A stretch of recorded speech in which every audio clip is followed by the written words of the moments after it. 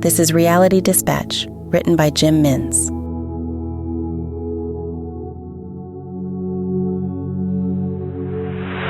It called for his brothers and sisters. The howl was heard throughout the town and echoed off the city walls and sidewalks. For weeks, authorities would be questioning how the beast was able to arrive in such a densely populated area. It walked on its lonesome, looking for company. Its existence would be a mystery for many years, but in truth it had been bred in captivity and resided in the compounds of an urban apartment.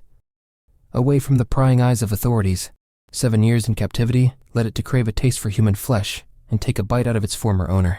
That bite led to an eventual meal, and the animal consumed its captor one afternoon in early May. It then proceeded to walk down the fire escape and on top of the city streets, where it prowled the alleyways until the sun set and the darkness rose to fill all that the city lights could not touch. It was a Monday night, and the city was emptier than usual. The animal hadn't eaten for many hours and craved a snack. It prowled along the restaurant district to look for a meal. It didn't mind hunting if that was what was required.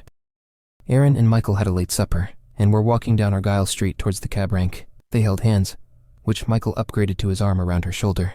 "There is no way that guy sang in key," Michael teased, as they discussed the performance that had been a birthday present for Michael that had played at the State Theater earlier in the evening. "So, you're some sort of musical expert now?" "Well, I played in bands when I was in high school."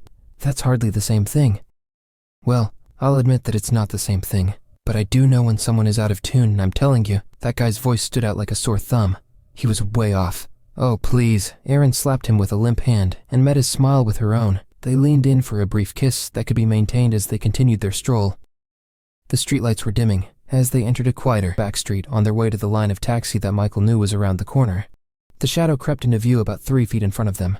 It emerged from the pierce of its canine teeth, and the silhouette covered the entire corner where the trees ended and the road began. Following the darkness was the head of the beast that was already snarling as its brute face emerged to lay eyes on them. It had smelled them 3 blocks over. It was anticipating a chase. Its hind legs were ready. It growled, indicating its readiness. Michael noticed it first and stopped dead in his tracks. Erin followed and shrieked. Michael hushed her with a finger over his lips. He whispered, "It's okay, it's okay." "Is that a wolf?" Erin whispered back after regaining a breath. "I don't know." Michael genuinely didn't know. The animal was enormous and hostile. The viciousness emanated from the drooling pool that dripped from its canine teeth and uplifted snout. It took a step closer, followed by another. "Easy, boy, easy," Michael pleaded. They both took 2 steps back for every step the wolf took. "Yesterday, I tasted human flesh for the first time," the animal explained. Michael and Erin continued their backward stroll, and were oblivious to the unusual circumstances that had just emerged. "We just need to get to the end of the ivy behind us. There's a staircase that leads to the old town. When we reach it, we have to run, okay?" Michael instructed Erin with the closed mouth of a ventriloquist.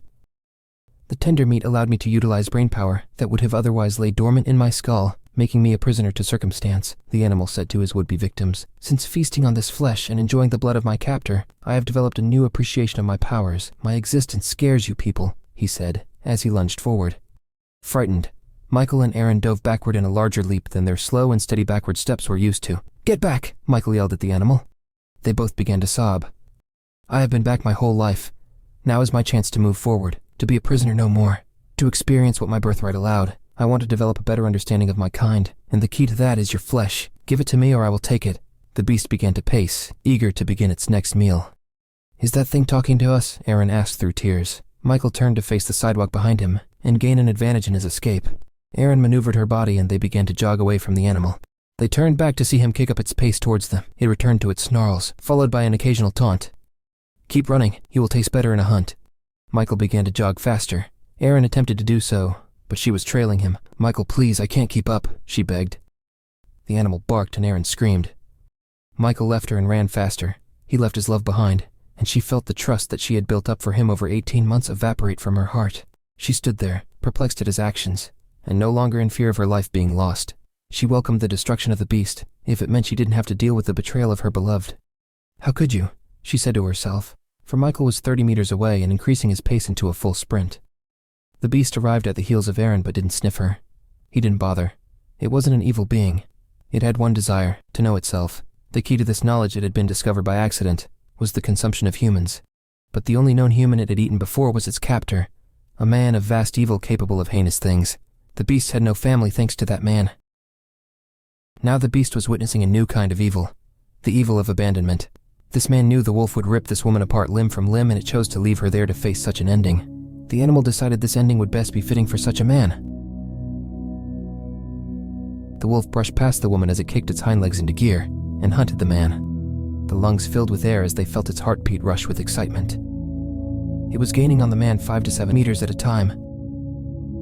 No matter where the man went, the beast would be able to smell him. It could sense wherever it landed, no matter where in the city he went.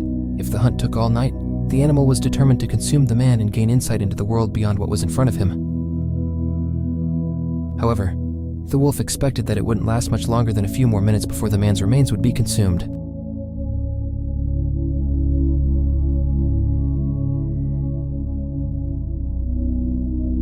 For more stories of fact-based fiction, head to jimmins.substack.com.